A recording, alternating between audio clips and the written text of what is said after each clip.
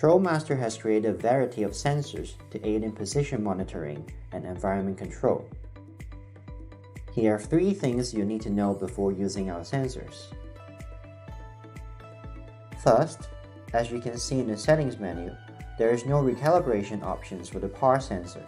In fact, there is no need for any calibration process as it's already well calibrated before shipping. It is ready to use straight out of the box. Do remember to remove the cap from the power sensor before using it, or it will not be able to receive any signals. It is a very sensitive sensor that you can see the PPFD level changes instantly.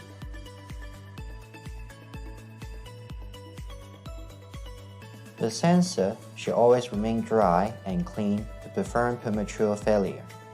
Never spray any foreign substance or allow water or condensate on the sensors. Make sure to cover them with a plastic bag before spraying.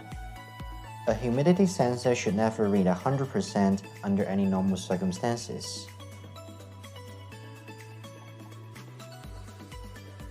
To make sure the sensor reads accurately during calibration, it is recommended to prepare a few hygrometers. Set them in your grow room and calibrate with the average reading to the controller.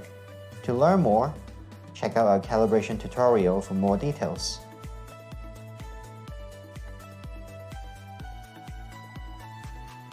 Irrigation sensors like the EC sensor PCT1 and the pH sensor PPH1.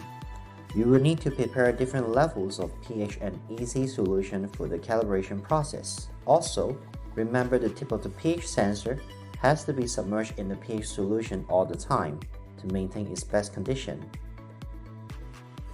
Have a great time using our sensors to make growing and monitoring easier. Have a good day.